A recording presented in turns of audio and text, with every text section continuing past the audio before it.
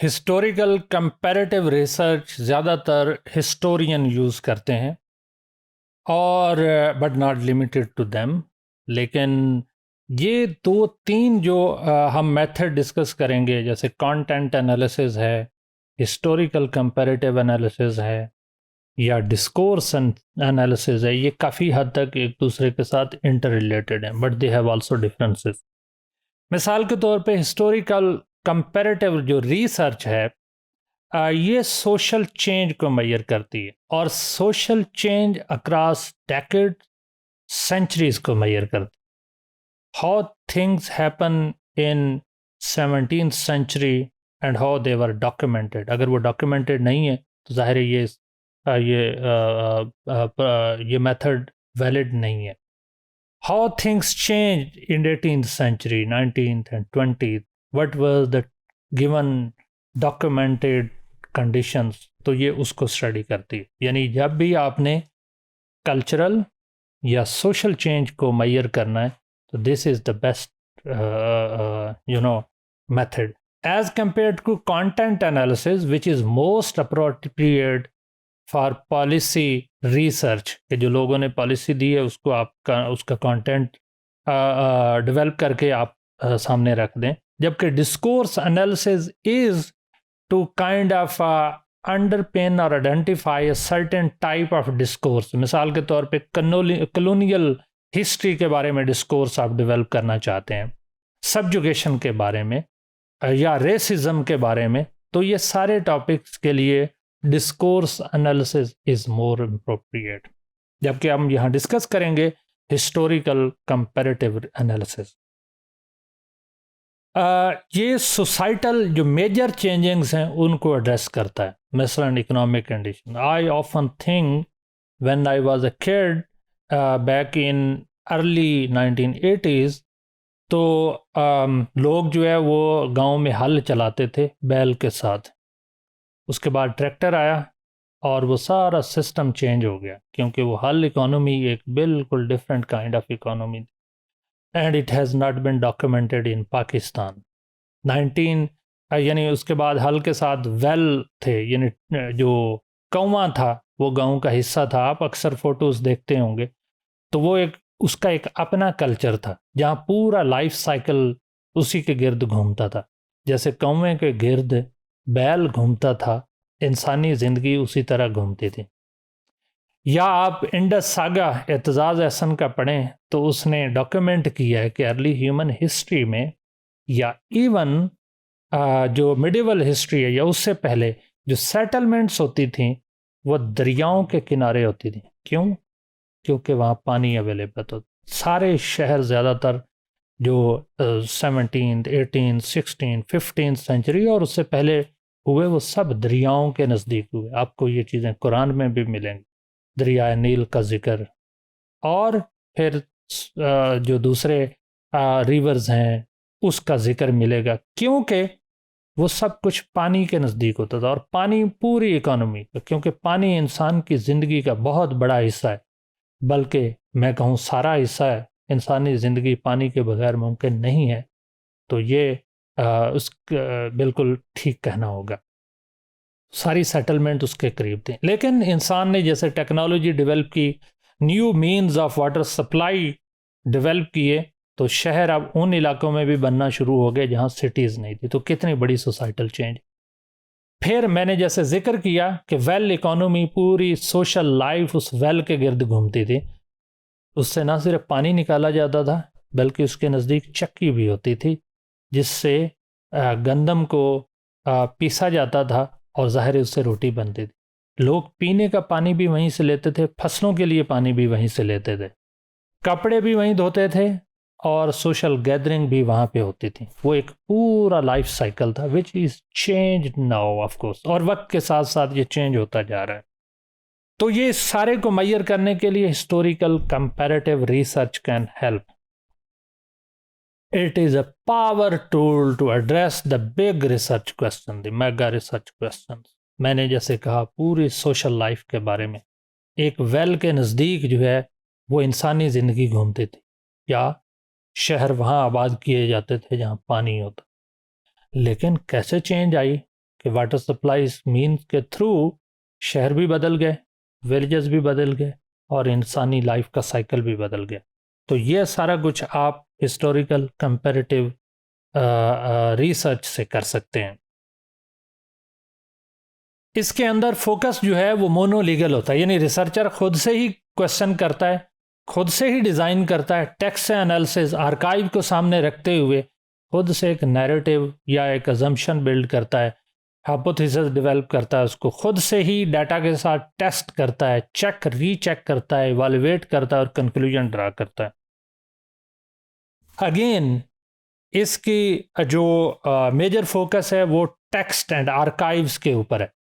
मिसाल के तौर पे अगर आप ये वेल इकोनॉमी या कैनल इकोनॉमी पढ़ना चाहें कि वेल के नज़दीक इंसानी ज़िंदगी घूमती थी या कैनल के नज़दीक, तो आपको सारे आर्काइव्स, फोटो, बुक्स और इवन आपको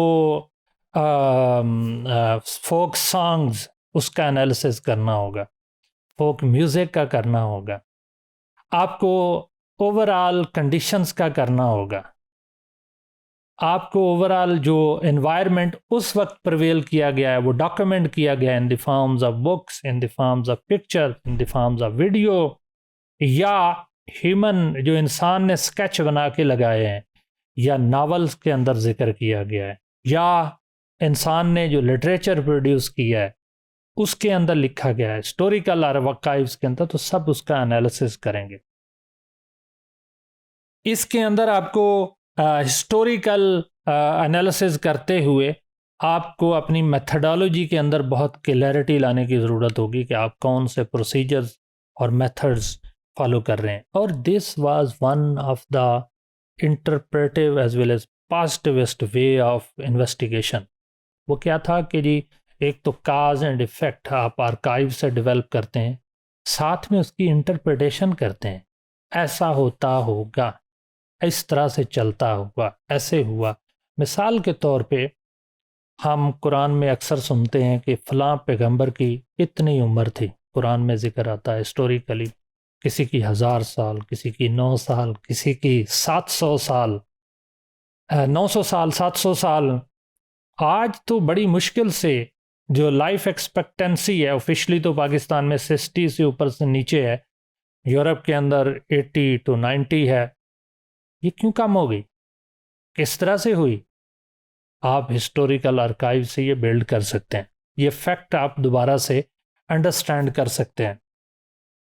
it does not only focus on the culture but also historical trends that passes from one generation to another, one decade to another। ये सब कुछ आपको आर्काइवल जो रिकॉर्ड्स हैं उसके एनालिसिस से मिलेगा। इसके अंदर जितना रिसर्चर इंटरेस्ट के साथ इस काम को करेगा उतनी उसकी डेप्थ बढ़ती जाएगी और अंडरस्टैंडिंग बढ़ती जाएगी, और जितना इसको इंटरेस्टिंग वे में प्रेजेंट करेगा ज़ाहिर है उतनी ही फेम हासिल करेगा। जो हिस्टोरिकल कंपैरेटिव एनालिसिस है ये पास से हमें लेसन देता है, हम फ्यूचर में क्या लर्न कर सकते हैं, किस तरह से अपने आर्काइव्स को प्रिजर्व कर सकते हैं ताकि आने वाली जनरेशन हमारे जो एक्सपीरियंसेस हैं उनसे लर्न कर सकें और फिर उन मिस्टेक से लर्न कर सकें और फ्यूचर की प्लानिंग कर सकें। एक बात। दूसरी बात, माजी में क्या होता रहा, हमारे आबाओ अजदाद किस तरह से ज़िंदगी गुजारते रहे। और तीसरा, लेसन लर्न, वो क्या है? इंटरेस्टिंगली पहले वाले इंसान बहुत स्ट्रांग थे। हम में से बहुत सारे लोग जो माजी की डिफ़िकल्टीज़ को देखते हैं तो कहते हैं नहीं अब लग्जरीज आ गई। आप यकीन करें इसका एंगल आप चेंज कर दें, आपकी लाइफ का इंटरप्रिटेशन चेंज हो जाएगी।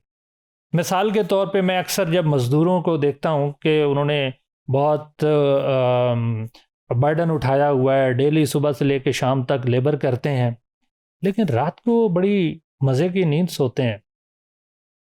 उससे पहले वाले इंसान की 900 साल, 1000 साल, उससे भी ज़्यादा लंबी उम्रें थी। आज के इंसान 40-50 साल में ख़त्म। ब्लड शुगर, ब्लड प्रेशर, कौन सी बीमारी है जो इवन यंग लोगों में आ रही है? लेसन लर्नड क्या है? लेसन लर्नड ये है कि उन लोगों में मोबिलिटी थी, लेबर थी, एनर्जीज लेते थे, कंज्यूम करते थे, क्वालिटी ऑफ लाइफ बेहतर थी।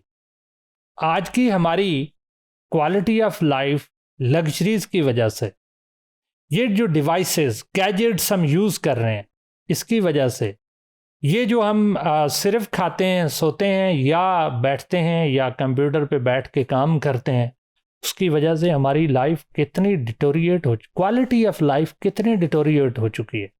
ये हमारे मीनिंग उस वक्त चेंज होंगे जब हम उसकी इंटरप्रिटेशन को अंडरस्टैंड करेंगे, जब इसका कंपैरेटिव एनालिसिस करेंगे, हिस्ट्री से लर्न करेंगे, पास्ट से लर्न करेंगे, तो हमारे मीनिंग्स ऑफ लाइफ बदलना शुरू हो जाएंगे। शायद इंसान की क्वालिटी ऑफ लाइफ बेहतर हो जाए।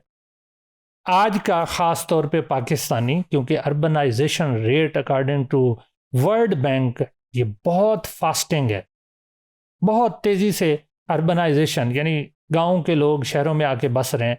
वो कहते हैं हमने मिराज हासिल कर ली, हमने ज़िंदगी का बहुत बड़ा लेसन ले लिया। क्वेश्चन ये है, अगर आप हिस्टोरिकल कंपैरेटिव एनालिसिस करके देखें तो you would be really surprise. जितना हम शहरों में आ रहे हैं, हमारी quality of life at risk बढ़ती जा रही है, हमारी quality of life seriously distribute होती जा रही है। हिस्टोरिकल कंपैरेटिव रिसर्च जो है ये कंडक्ट कैसे की जाती है, उसके लिए क्या प्रोसीजर्स यूज़ होते हैं। ज़ाहिर है पहले आप कंसेप्चुलाइजेशन करेंगे, आप कंसेप्चुअल फ्रेमवर्क डेवलप करेंगे with the help of theory, with of studies, और फिर आप सर्टेन प्रोसीजर्स डेवलप करेंगे। मिसाल के तौर पे आपने टेक्स्ट एनालिसिस कैसे करना है, किस टेक्स्ट को आपने ज़्यादा इंपॉर्टेंस देनी है, किस को कम देनी है, कौन सी टेक्स्ट आपको डायरेक्शन देगी कि क्वालिटी ऑफ लाइफ को मेजर करें, कौन सी टेक्स्ट जो है वो लीस्ट रेलिवेंट है, कौन सी मोस्ट रेलिवेंट है, क्या टेक्स्ट है या फोटोज़ हैं। मसलन आप वेल इकोनॉमी को स्टडी करना चाह रहे हैं, तो क्या आपके पास वो वेल के डिफरेंट मॉडल्स हैं। One day I was showing to my children and I was really surprise how it was fascinating. आप इंटरप्रेट कर सकते हैं कि मैं अपने माजी को याद कर रहा था, but at the same time being a researcher I can say that was the best quality of life. फिर उनका स्ट्रक्चर क्या था, उस वेल के इर्द गिर्द छोटे बड़े सब बैठते थे, जनरेशनल गैप कम हो गया। फिर उन आर्काइव्स का या मेमोज का या फिर लोगों से जो किस्से कहानियाँ आप सुनते हैं, वो नैरेटिव्स हैं, उन नैरेटिव्स को किस तरह से डॉक्यूमेंट किया गया है। मिसाल के तौर पे नॉवेल्स में किया गया है, लिटरेचर के अंदर डॉक्यूमेंट किया गया है, कैसे उन रोल्स को डिज़ाइन किया गया, कैसे प्लेस किया गया है। अब मैं इसकी एग्जांपल एक फोक मूवी से देना चाहूँगा। आप हीर रांझा की मूवीज़ देखें और उसका एनालिसिस करें, किस तरह से रूरल कल्चर को प्रेडिक्ट किया गया, किस तरह उसमें ह्यूमन एलिमेंट डाला गया, किस तरह से इमोशन को स्टेच किया गया, किस तरह से एवरीडे लाइफ को प्रेजेंट किया गया, जेंडर रिलेशंस कैसे थे, गैप क्या थे, किस तरह से वो इंटीग्रेटेड था कि एक पूरा लाइफ साइकिल प्रेजेंट करता है। आज भी लोग उसको रोमांटिसाइज करते हैं और उसी तरह के करैक्टर्स को पसंद करते हैं, देखते हैं। Every day such character is becoming a kind of a more attraction to see it. आप उस तरह की मूवीज़ जो फोक मूवीज़ हैं उनका एनालिसिस कर सकते हैं, फोक टेल्स का कर सकते हैं, और ये सब का सब आपको हिस्टोरिकल कंपैरेटिव एनालिसिस के थ्रू पता चलेगा कि आप आज किस क्वालिटी ऑफ लाइफ से गुजर रहे हैं और उस वक्त क्वालिटी ऑफ लाइफ।